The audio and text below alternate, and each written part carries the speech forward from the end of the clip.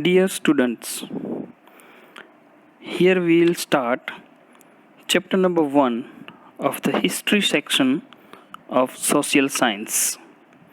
The chapter name is When, Where, and How. So, the three simple words suggest that whatever we are going to discuss, that thing, when it happened, where it happened, and how it happened. Okay, so let us start. First, have a glance of this. The chapter is divided into three main parts. First is the periodization by James Mill.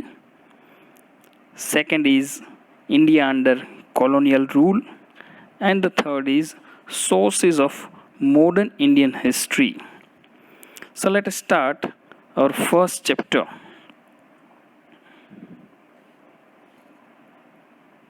In this book, we'll read about the changes which the Indian subcontinent experienced from the 18th century onwards, following the arrival of the European traders, particularly the British.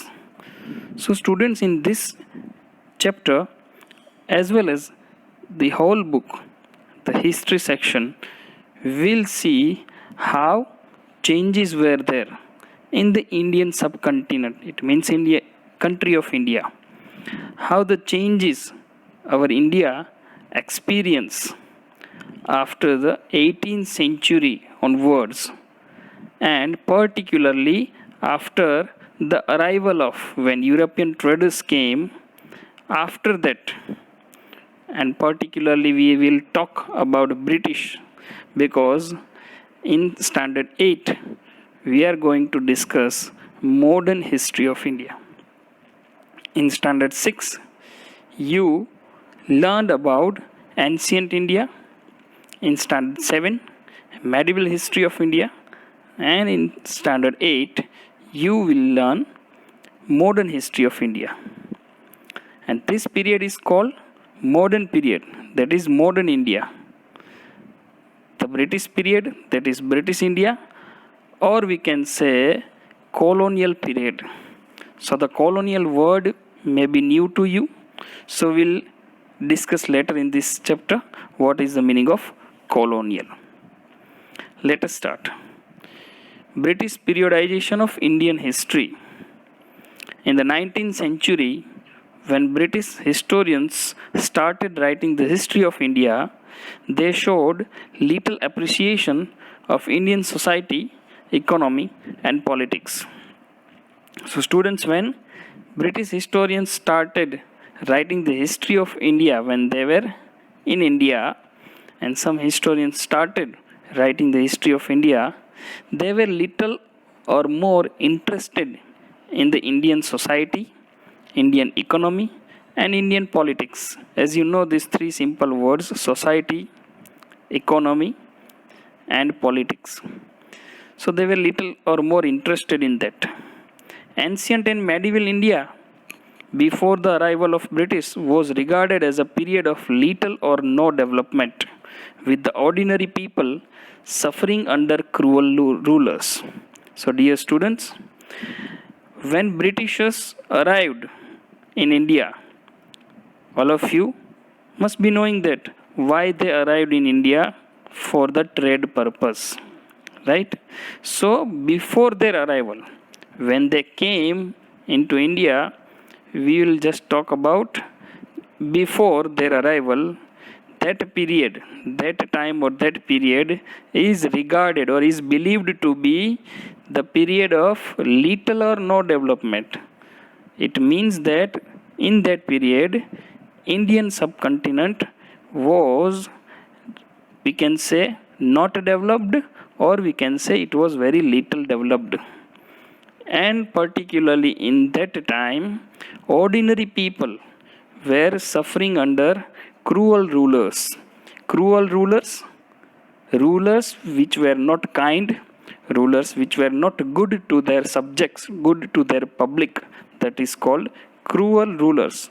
And cruel rulers, particularly in this chapter, cruel rulers means Mughal cruel rulers. Clear? Okay. There were several social evils in the society, such as sati, caste system, and low status of women. So during that time, many other social evils were also there. Evils means bad practices, such as sati, caste system, and low status of women. Sati, it means a woman whose husband is dead. That woman is forced to sit in the funeral pyre of her husband. So that is called sati. So woman has to die after her husband. Caste system, as you know that Indian society caste system is there. Mainly 4 parts of caste is there. And the low status of women. So during that time, women were not given such a kind of privileges as men. If you compare that time with current time, you can understand that in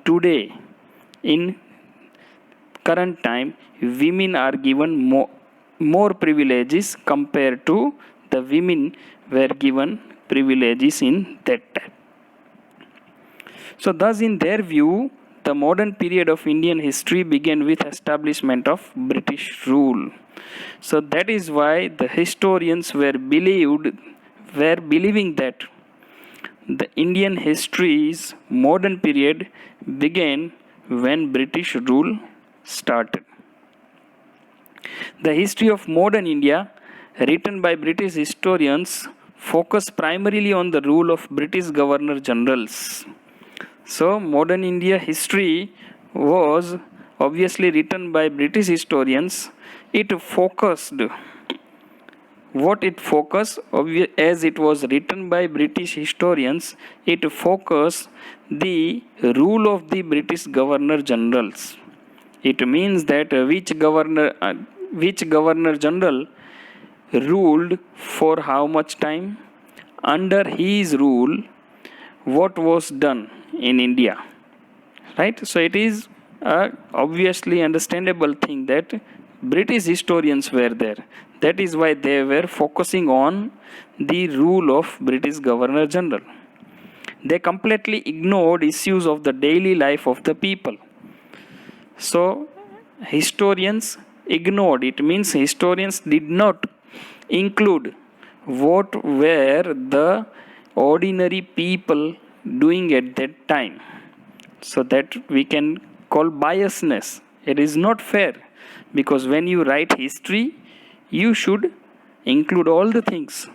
But British historians did not include the issues of the daily life of the people, what the ordinary people were doing, what they were suffering, what they were getting, what they were not getting. The British historians did not include these things.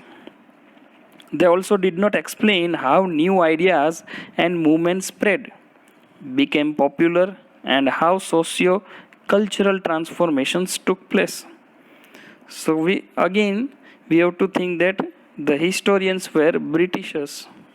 So they also did not clarify or did not mention that how new ideas and movements spread. So new ideas and movement in what term?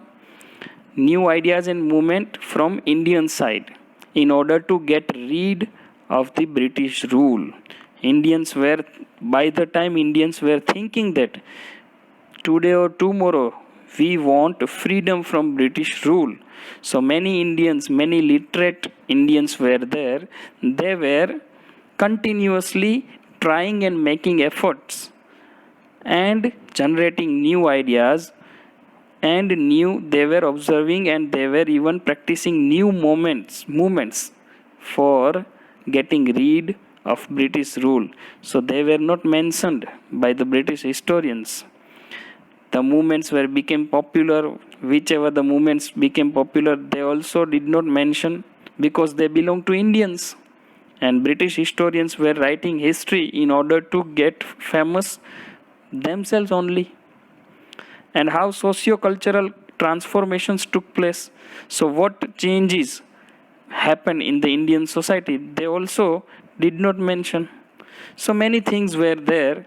British historians deliberately missed out. They were knowing that they are not including, right? The word meaning of deliberately, it means knowingly they missed out. Here you can see the photo of James Mill. The British thinker and historian James Mill, in his book The History of British India 1817. In this time, James Mill wrote the book History of British India. He denounced the pre-British period and glorified the British rule in India, as obviously he was Britisher, and he wrote the book The History of British India. It means that when Britishers were ruling over India, during that time what happened and what took place, he included the things in his book. But again, he included what? Only the glorified British rule. It means that whatever he felt, this is the plus points for Britishers, he only included. He divided Indian history into three periods: Hindu, Muslim, and British. So James Mill, in his book, he divided this Indian history into three parts. First was Hindu, then Muslim, and British, because he believed that years ago there were Indian Hindu kings who were ruling on India. Some years after that, Mughals came over there. Delhi Sultanate and Mughals, they also ruled for many years over India. So James Mill considered that time as Muslim, and after that Britishers came and ruled over India. So James Mill considered that time as British. While the Hindu and Muslim periods were identified with everything that obstructed the growth of Indian society, the British period was seen as the dawn of modern civilization, characterized by egalitarian progressive value. So, in his book, what he discussed, what he wrote, that when Hindu kings were ruling and when Mughals were ruling over India, he identified that time as obstructing the growth of Indian society. It means that during Hindu king rules and during Mughal king rule, India was not developing well. Indian economy was not doing well. All the things that were going under the Hindu and Mughal kings were obstructing the growth of Indian society. It means it was stopping the growth of it. It was a kind of hurdle for the growth of Indian society. And at the same time, the British historian James Mill wrote that the British period was seen as the dawn of modern civilization. Dawn, it means in morning. Morning of modern civilization, characterized by egalitarian progressive values. So the meaning of word egalitarians means characterized by belief in the equality of all. So those who believe that all the people believe this is called egalitarian progressive value. In the modern or British period, a number of changes such as urbanization, development of faster means of transportation and communication, and new industrial techniques transformed the life of the people. So according to him, during the British period, many changes happen. Likewise, urbanization, it means the villages were converted into cities. Development of faster means of transport, it means that humans in India started shifting that transportation from cart to some vehicles. Like when Britishers came, they brought the concept of railways and many more. And communication. So before British arrival, there was only, maybe we can say that two kind of communication was there. One is face to face and other is messenger.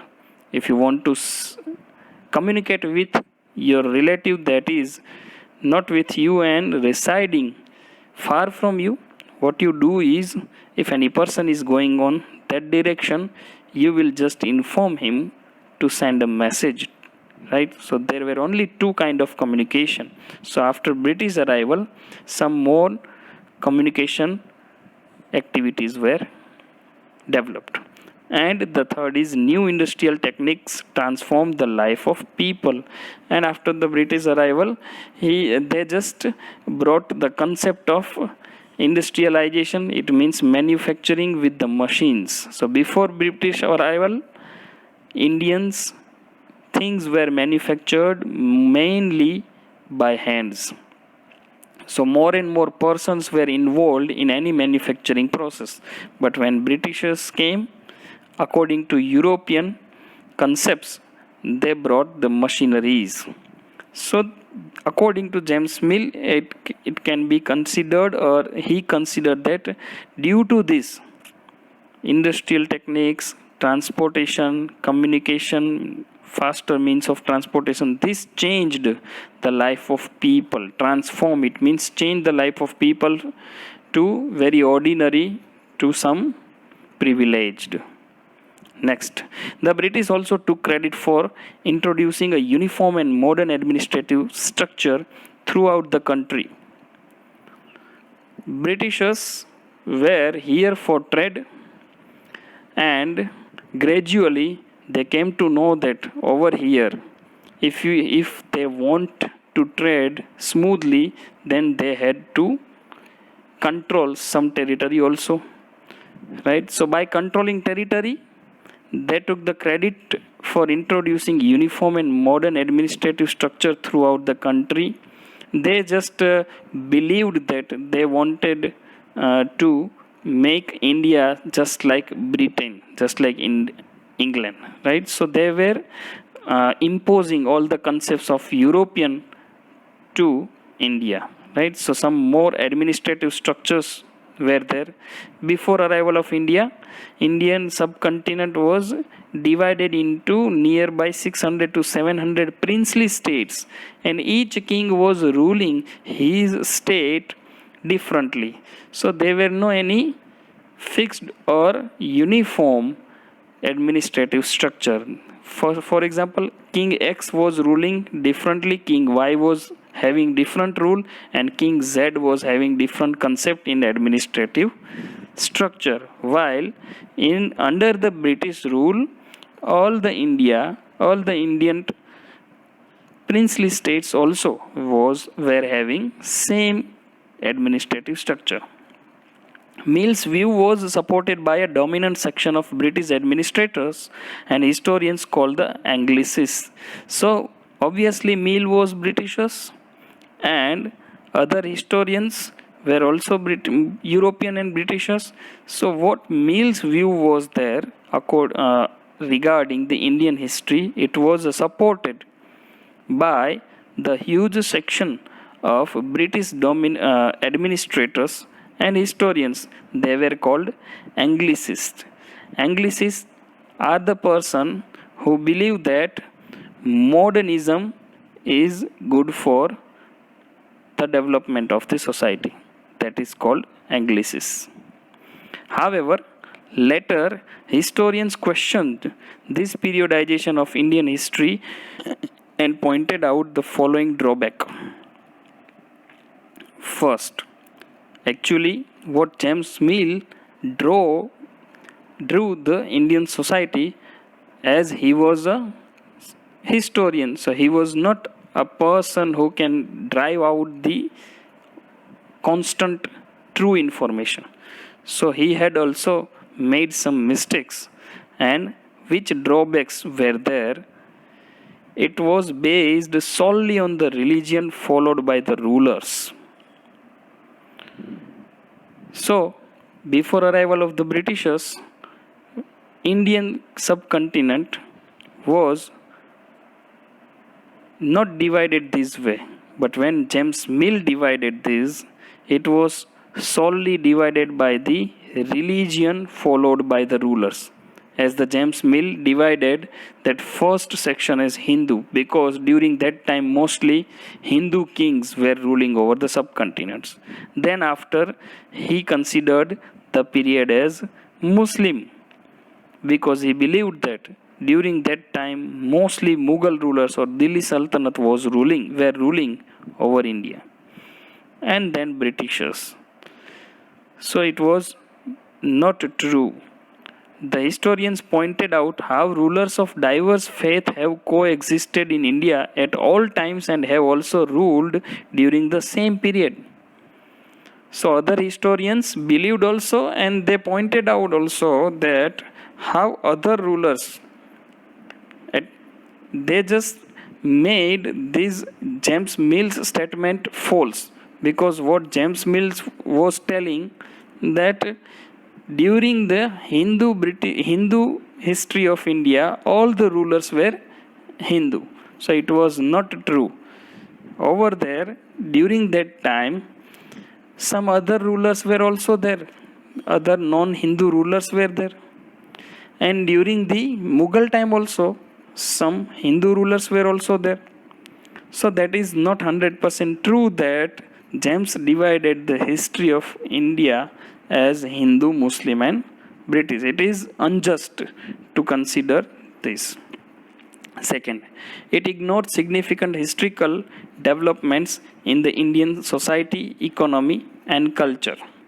So what James Mill discussed, he missed out some points. As I discussed earlier, he deliberately missed out some points, which were historical developments in the Indian society, Indian economy and Indian culture. Before the arrival of Britishers, before the arrival of even Mughals, India was very developed at the point view of society, economy and politics. Right? The world's first university was established in India. So how can you consider India as undeveloped country? So it was also a false argument. Moreover, such a periodization suggests that the beliefs of the common people did not matter. So James Mill missed out one more thing, is what common people were doing, what they were suffering. If you are writing history, then you have to include all these things. But James Mill missed out these things. The historians challenged Mill's periodization. They pointed out that the British period was not at all that enlightened, because under British rule, people in India did not have freedom or liberty. Many had no access to equality. So other historians counter-argued that the British periodization that was done, the division of Indian history that was done by James Mill, was not at all right. One, we saw that Hindu and Muslim, so during both the time, non-Hindu and non-Muslim rulers were also there. Now the other thing is, during the British rule, what James Mill believed that it enlightened the India, because under the British rule, James Mill believed that people of India had to learn some new things. But historians made this false also, because under the British rule, people in India did not have freedom or liberty. Many had no access to even equality. Just for an example, if a soldier is there, or a clerk in office is there, if he or she is Indian, so he or she will be given less salary or wages compared to the same rank of any British soldier or clerk. So there was no equality practice also. And still they were not having even freedom, because they were ruled by Britishers. According to them, even the benefits of economic growth made during the British period do not seem to have reached the common man. So historians believed that whatever development was there, be it economic development or social development, it did not seem, it means that it did not reach to the common people of the country. And when it is commonly said that, it is a saying that when the development does not reach to the common or ordinary people to the of the country, the development is not beneficial for the country. Hence, they referred to the British period of Indian history as the colonial period. What James regarded, it is British period, but no, it was not British period, it was colonial period, right? So let us move on. Next topic is colonization of India. Dear students, the next topic of our first chapter is colonization of India. As we discussed earlier in the same chapter that India was a colony of British. So now what is the meaning of colony and does what the meaning of colonization of India? Let us start. When one country is ruled by another, many political, economic, social and cultural changes take places in the colonized country. This process is called colonization. So, it is very simple definition that when we can say it is colonization, so a country that is ruled by another country and so many changes occur like political, economic changes also, changes in their society also, and in the culture also. So such kind of changes occur due to some other country is ruling on a particular country.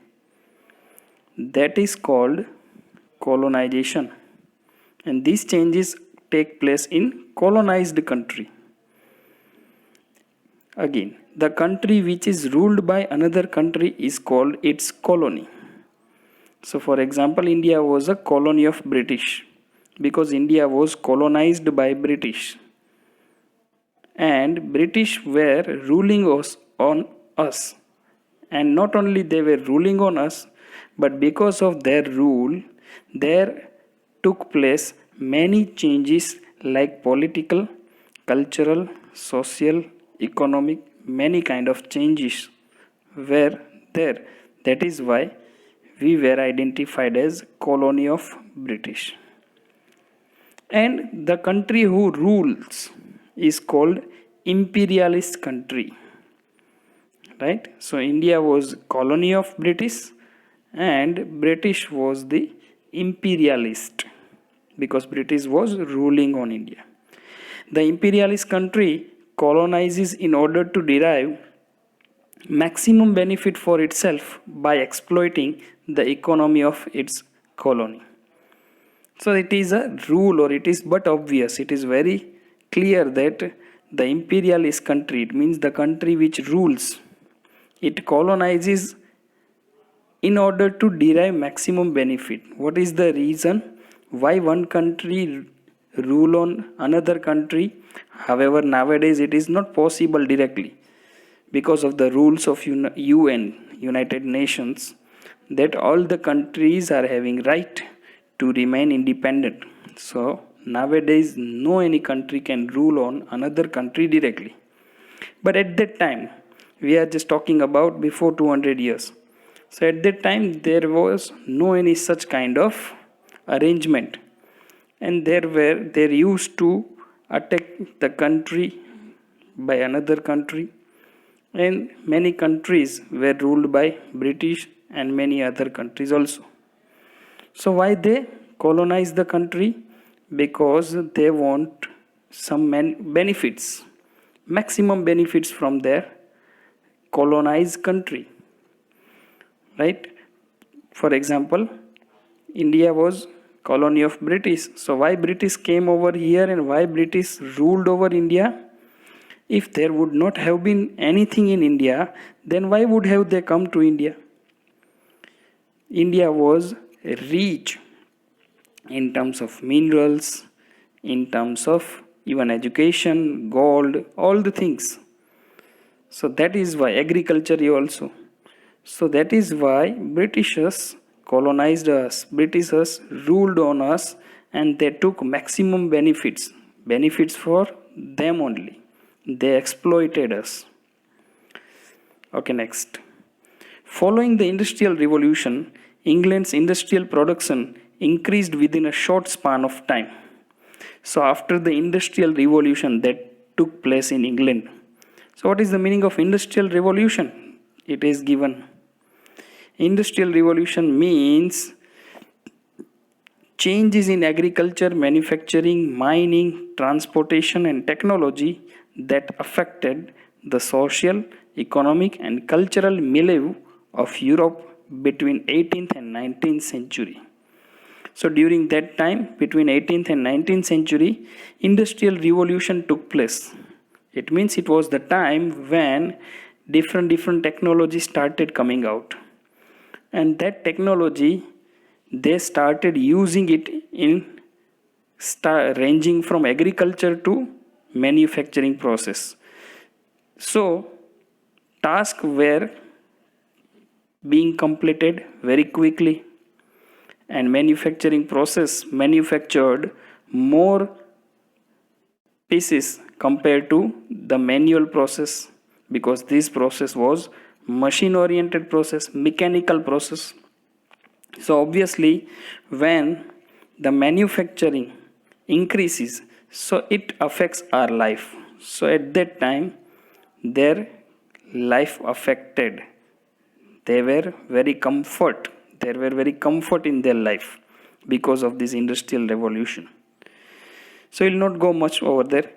After industrial revolution, England's industrial production obviously increased, because industrial revolution means mechanical and technological advantage they started using. So production will increase, and it increased within a short time, very short time.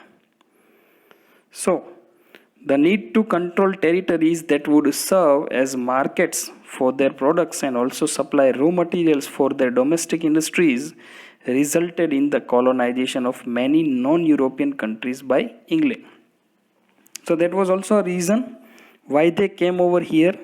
The very first purpose is trade, and by doing trade, why they started controlling Indian subcontinent, it was their need to control the territory. And why they needed to control the territory like India? Because India was rich of minerals, agricultures, and much more thing. And India was at that time also a big market also, right? So what they were producing by machines, their production increased, and they were not having bigger population as India was having. So machines are continuously producing things. Now what to do for supply? All the things that were produced by their machines were not supplied in England, because it was more than enough. So what to do of remaining supply? So they started controlling other countries, and as we know the definition of colonization, they colonized many countries and they started changing their cultures. And when colony countries' cultures changed, they started demanding the things that were produced in Europe. Let us see. So many non-European countries controlled by England. That was how India became a colony of England. So that was the reason that India was a colony of England. Let us see how this happened. So let us see. You can see a picture, East India House of London City. It was around 1800. In 1600, now the crucial point is there.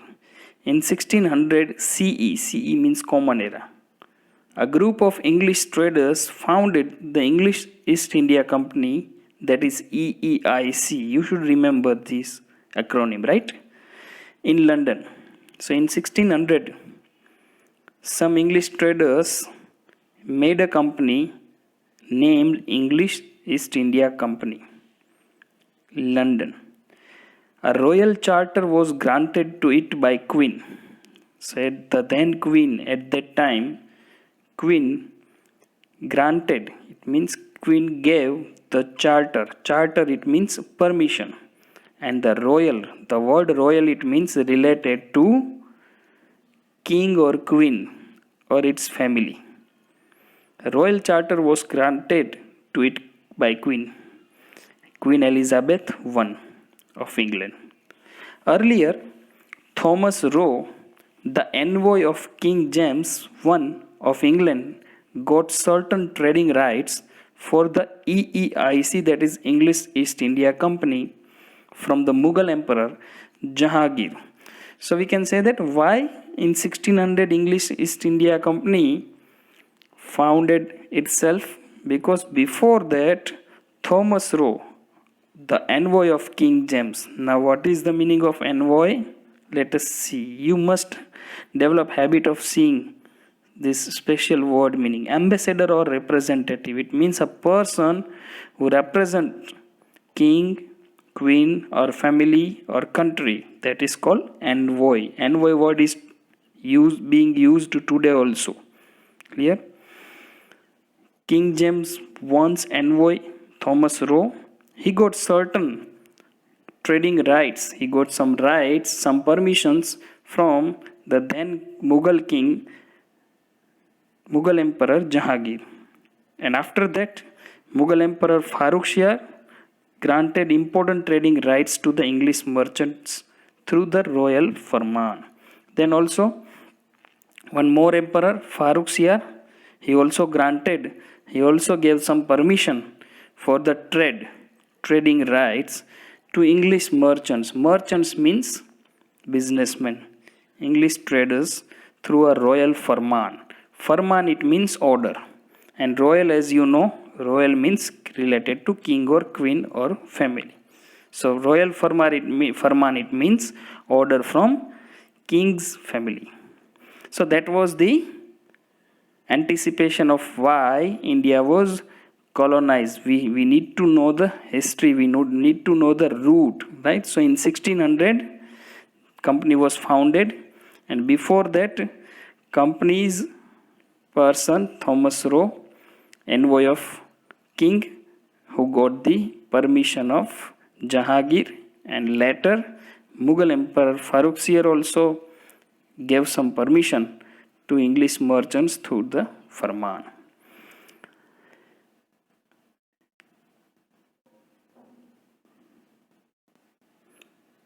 So let us see what happened next. Next is India under colonial rule. So what happened to India under colonial rule? What changes were there? Right? We should not forget the definition of colonization, because as India was colonized by British, so there were many changes. Some were willingly, some were unwillingly, some were forcibly. Many changes took place in Indian society, Indian political, Indian economical, many aspects there were changes. So let us start. The major developments in India under colonial rule included political, economic, social and cultural changes. So students, it suggests that in India, when India was in colonial, under the colonial rule, many changes were there. In some changes, developments were also there. So now it is our wish that how we regard that. Some say that Britishers were here for our goodness, but as you just deep in the history of India, that you will come to know that what Britishers have actually done to us. Let us get back to the point. So that developments were political, economical, society level also, and some cultural also. The period also witnessed the rise of Indian nationalism. So that was very crucial period also, because at that time Indian nationalism feeling was rise. Right? At that time, many Indian nationalists were there who started thinking that today or tomorrow we must free our country from the jaws of Britishers. Let us study these developments in detail. First is political development. What were political developments during that time under Britishers? The establishment of British Indian Empire marked the most significant political change during the colonial period. So, during that time when India was the colony of British, some British Indian Empire establishment were there, and due to that, they were identified as most significant political change. It means most important political change was there during that time. Which time? Colonial period. What is colonial period? India was colonized by Britishers. India was ruled by Britishers. That is why India was called colony of British. Let us see. In 1757, the Indian subcontinent was divided into several kingdoms and provinces. Right? So just try to recall the thing. When the royal charter was granted in 1600. In 1600 it was granted. They just came to India. They just started asking the permission for trade from the Mughal emperors, and they gradually started trading in India. After some time, after some years, they started controlling over Indian territory. We'll come to know after in the next chapters that when, where, and how India was colonized by British, why and how the territories were controlled, and by whom. But in 1757, Indian subcontinent was divided into several kingdoms and provinces. Many states were there, many princely states were there, many kingdoms were there. Over the next 190 years, so after that time, the British established direct rule over large parts of India. Why the year 1757 is discussed over here? Because we'll see that Battle of Plassey was won by Britishers. That was the first victory, major victory of British in India against Mughals.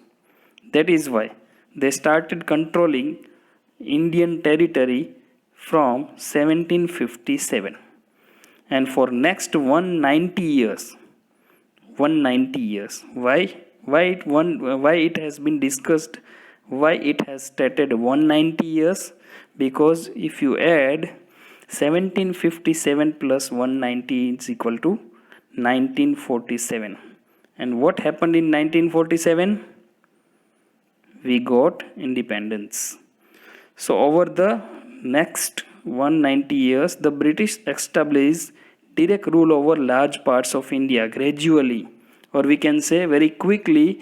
Britishers, by their means of sometimes cunningness, sometimes smartness, they were thinking very hard about controlling territory. So they started taking direct rule over large part of India, and almost during these 190 years, they control over almost all the parts of India except some small parts.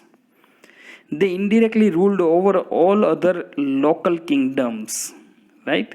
So indirectly ruling means they were not exactly ruling the some parts, but they were indirectly ruling, because in whichever parts they were not ruling, those kings did not dare to challenge Britishers, because Britishers were at that time a mighty power, right? Or the princely states. So what the term suggests? Princely states, the state which were ruled by princes, prince or kings. It means the states which were not directly under the colonial rule, they were also they were also saluting Britishers. Why? So some were afraid of losing their states because British was a mighty power and challenging British was not a easy task. That may be the possible case. Let us see. Till 1857, the EEIC. What is the meaning of EEIC? English East India Company ruled the conquered territories in the Indian subcontinent. So from 1757 to 1857, 100 years, the company itself ruled over the Indian subcontinent. That means India was controlled and ruled by a company, not a country. Students, remember, for 100 years, company ruled over country till 1857, from 1757 to 1857. Thereafter, the British Crown exercised direct control, and then after British government, that British Crown, it means Queen controlled the India for 90 more years.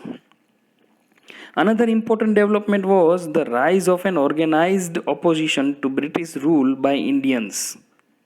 Some more important development was also there. It was rise of an organized opposition to British rule by Indians. As we discussed earlier, there many were fed up of British rule because British were very biased and very injustice. They were doing very injustice to Indians, right? So due to that, many nationalist leaders and many ordinary people also rose to oppose the British. But if they wanted to defeat the British, they wanted to have organized opposition. The British could not be defeated by any rough planning. So there was a rise of an organized opposition also. Initially, in starting, it was led by local zamindars that oppose, that revolt. It was led by, initially, it means at starting it was led by local zamindars.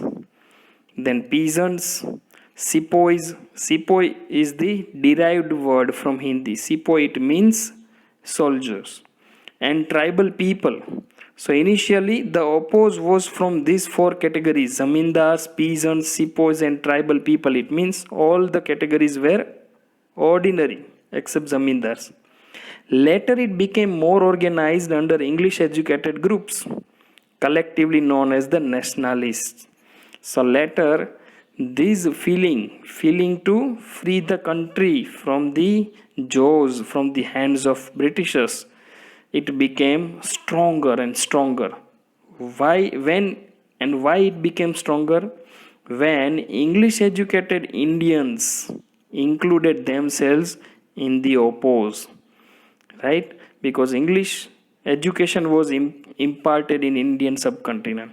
So many students, many Indians started getting English educations, and when they started getting English educations, they started reading the books of French revolutions, of many other revolutions which took place in Europe and other parts of India. And they came to know that why we have been slave of British since more years.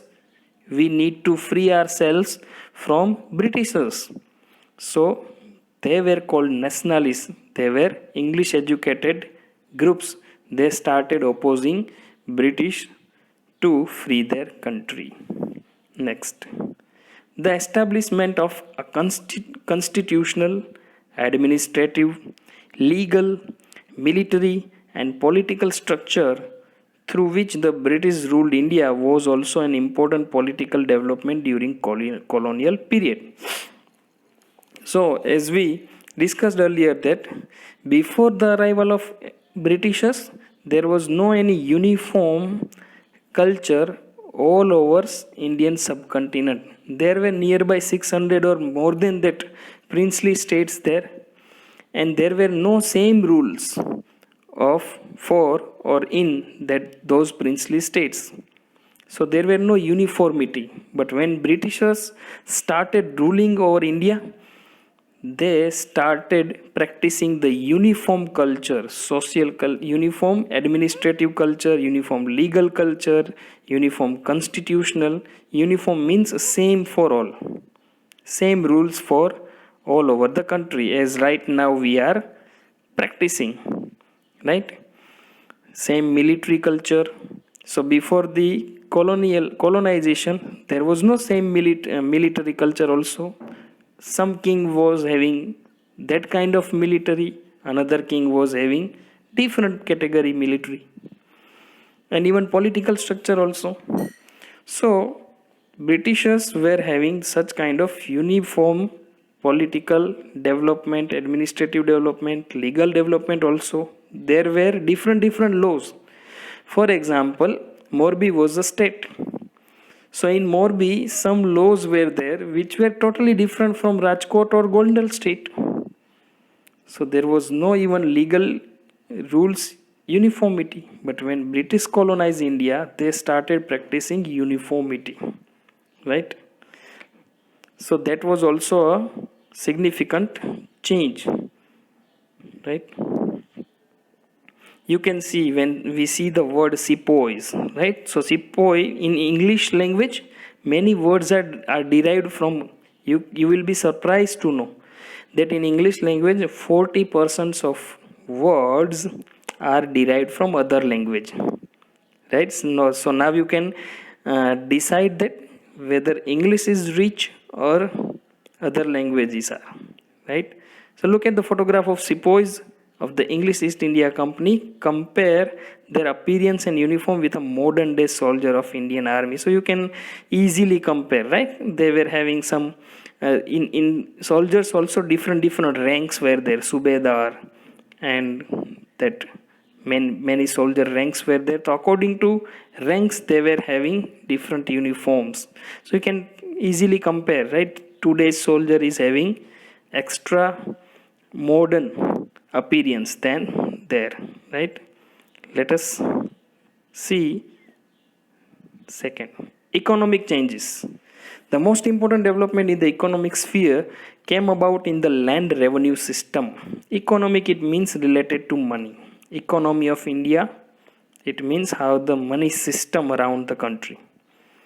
So in that, the most important development, it was came about land revenue system.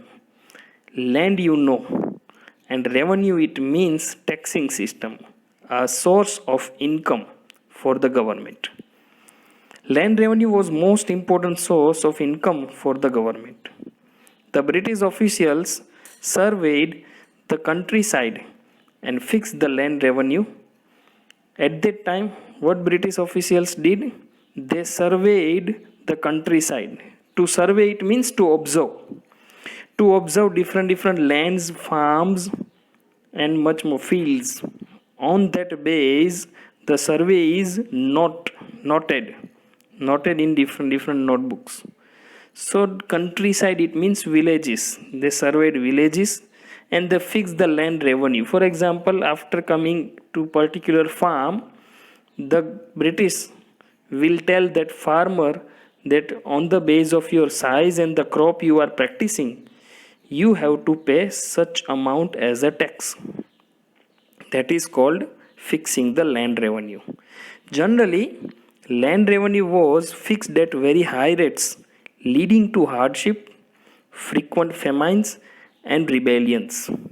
So, what were the criteria? How it was fixed? So, generally, it was fixed at very high rates. So, obviously, Britishers came over here for trading, and later they started exploiting us. So, they were not thinking good of us. That is why they were not feeling any hesitation on fixing high rates. So they were fixing high rates for tax. Now just take an example. If your father is earning 1 lakh per month, and if your father has to pay some 5 to 7,000 rupees as a tax, then there would not be any problem. But if government says that your father has to pay tax of 45 to 55,000 rupees, then half of the earnings have to be paid as a tax. So it is not fair, it is very unfair. So at that time also Britishers were practicing very unfair means like this. Frequent famines. At that time technology was not there, we cannot predict the temperature, we cannot predict the environment, right? We cannot predict anything, that when, how it will be, how rain would be this year. So many famines were there. Famines, it means very acute shortage of rain, and due to shortage of rain there is no any kind of agricultural production, and due to that kind of scarcity is there, that is called famine. And sometimes rebellions also were there, sometimes due to some injustice and some unfair means, people create rebel against the government. So rebellion, it means to oppose the government. Initially the main items taken from India and sold in Britain were spices, calico, and fine cotton cloths called muslin. So muslin, it means fine cotton cloths, a high quality cotton cloths called muslin. It is very smooth cloth.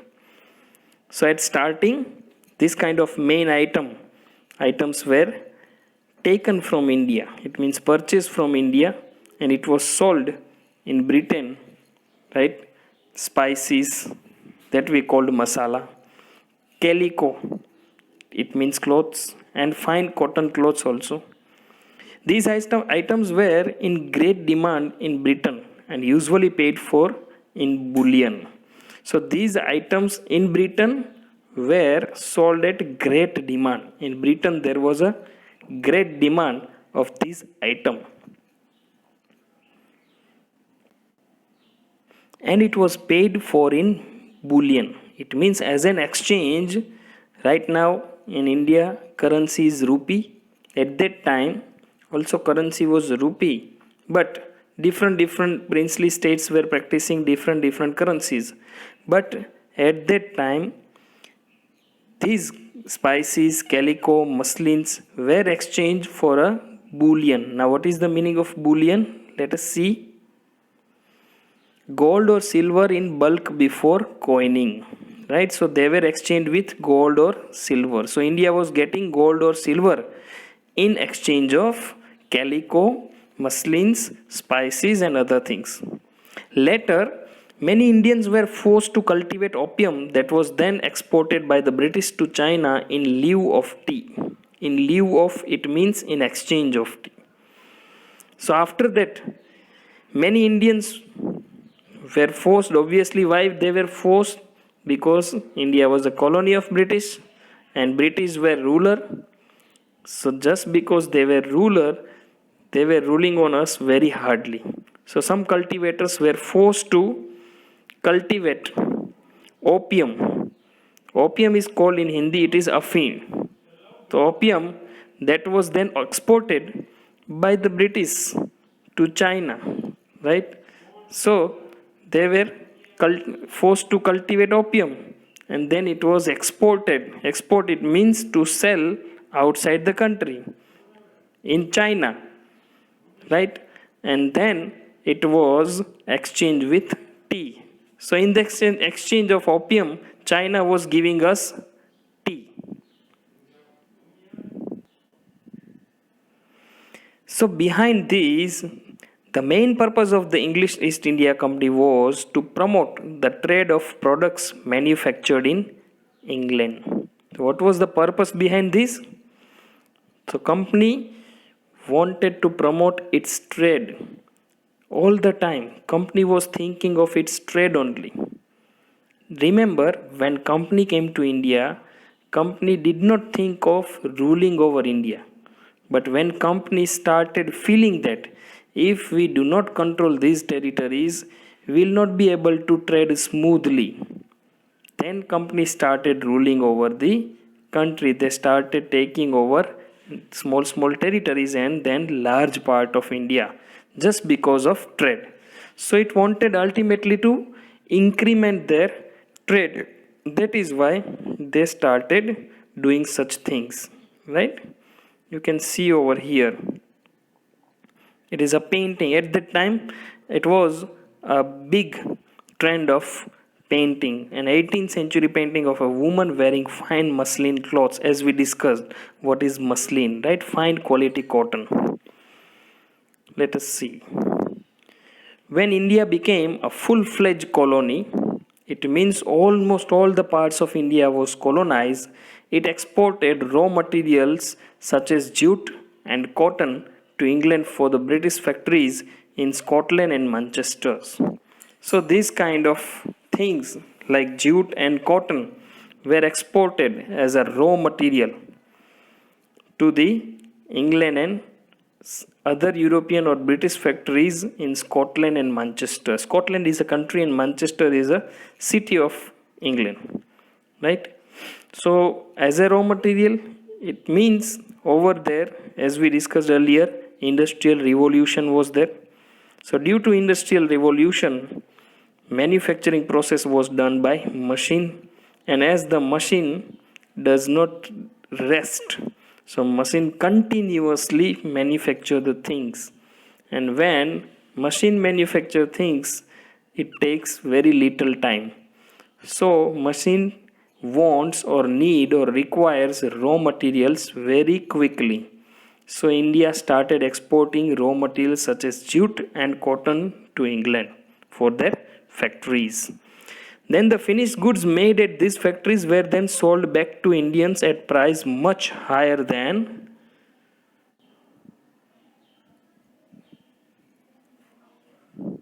that. Right? So at that time, Indian raw materials was exported to British, and then whatever the finished goods made from that raw materials, it was sold back to Indians at a much higher price than that, right? So it was regarding raw materials.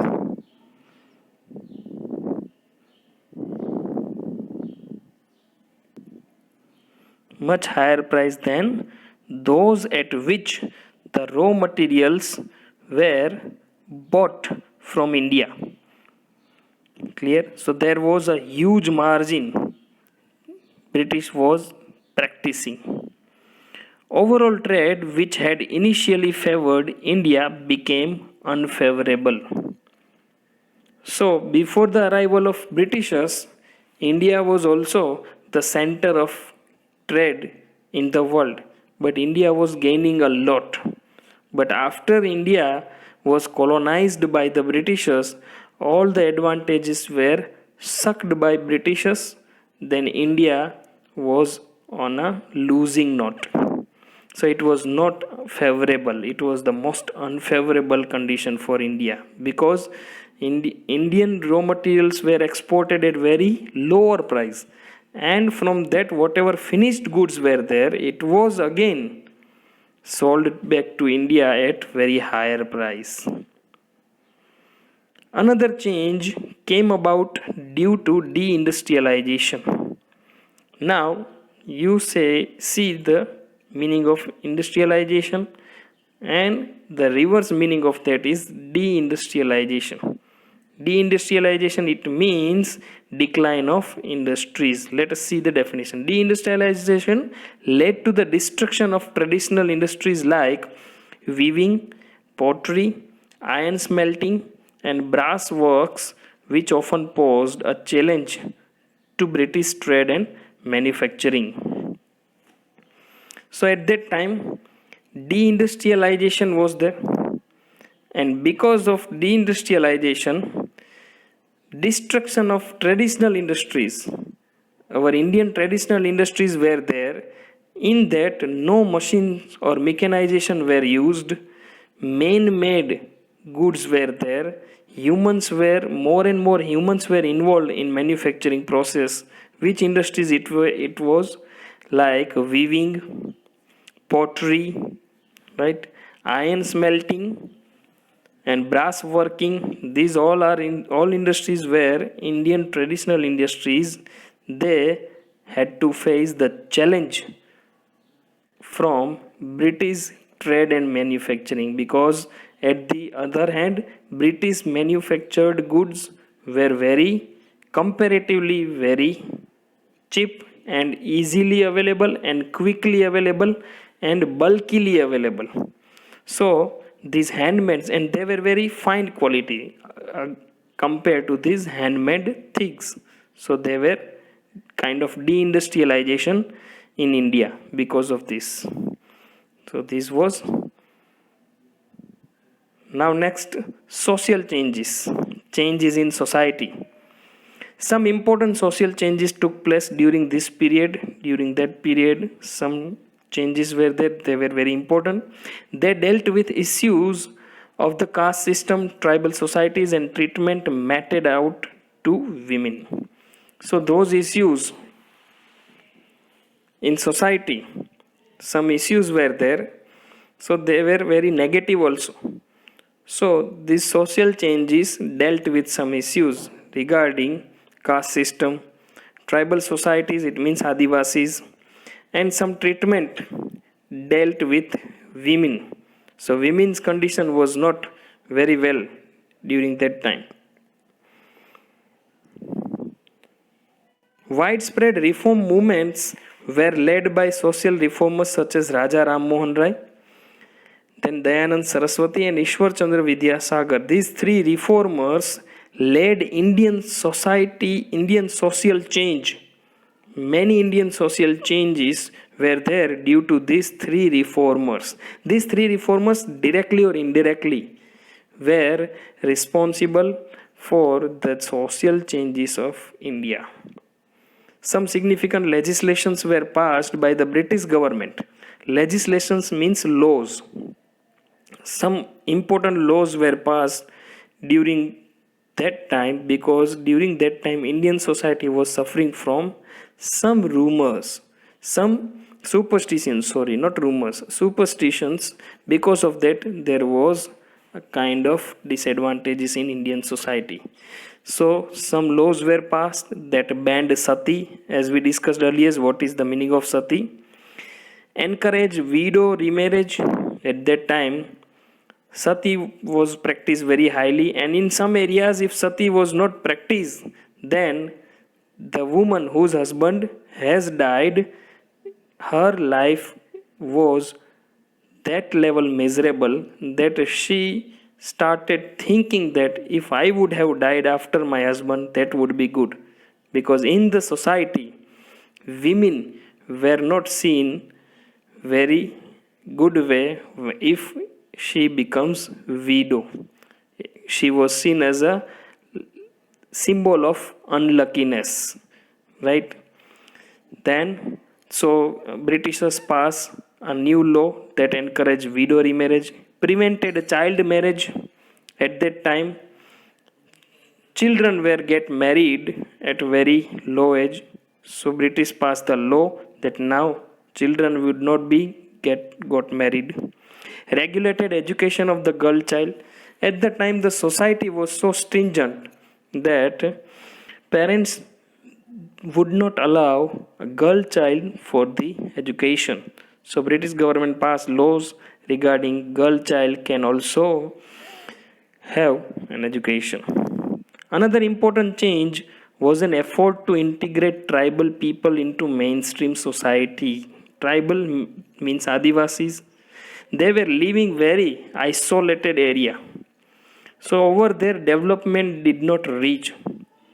So due to these reformers, respectable reformers, Britishers passed some laws in order to make the tribals to come into the mainstream. Mainstream, it means a society where very social people live, educated people live, organized society live. Over there, tribals are also welcome. Next, another set of changes affected the Indian educational system.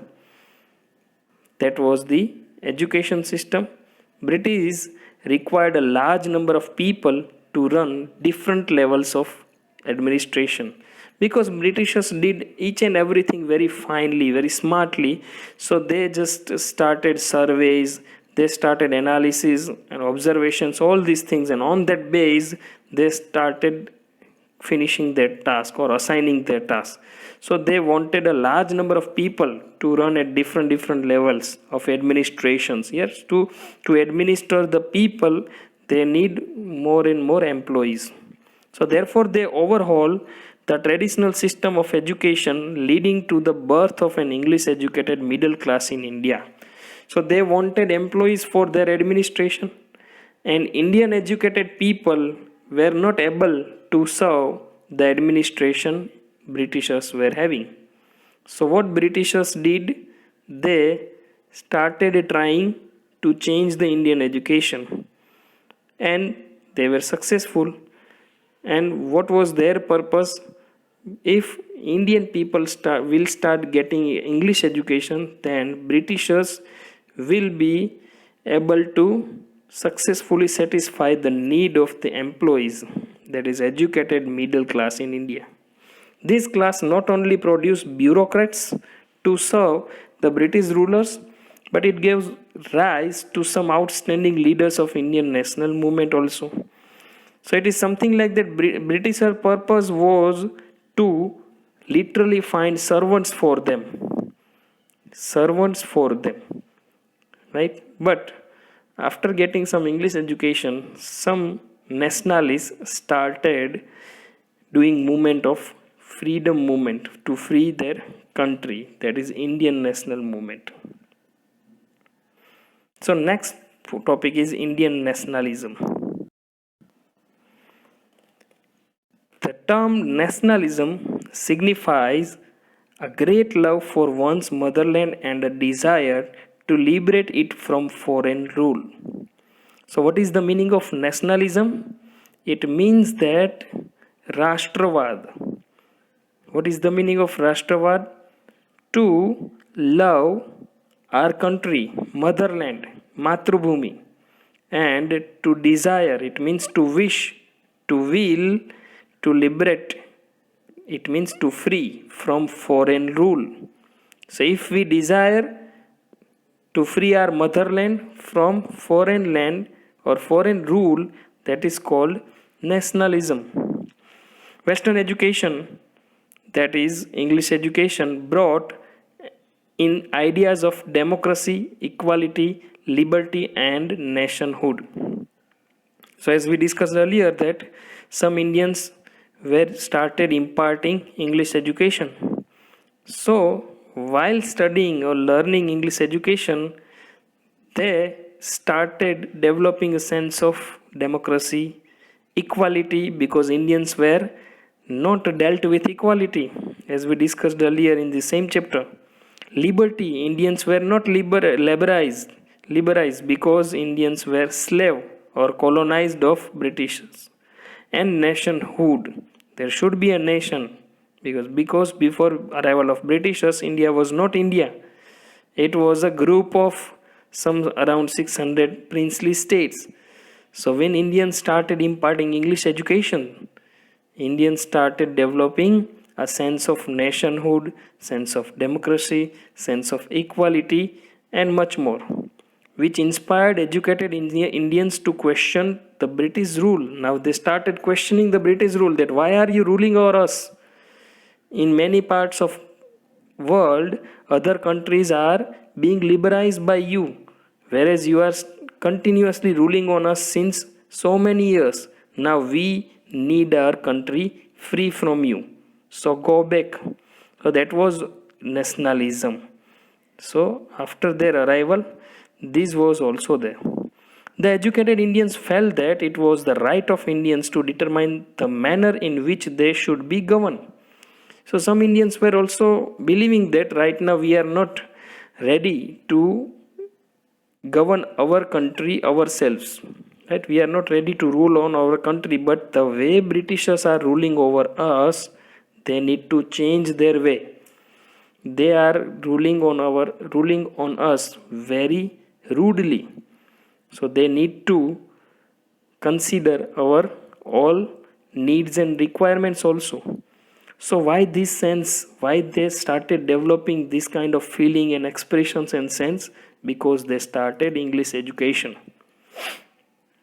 So the development of the concept of India as a nation and Indians as a people led to the struggle for freedom. So when they started getting English education and when some developments were there, so major part of Indian educated nationalists started to free India from the jaws of Britishers. So that was called as national movement, that is struggle for freedom.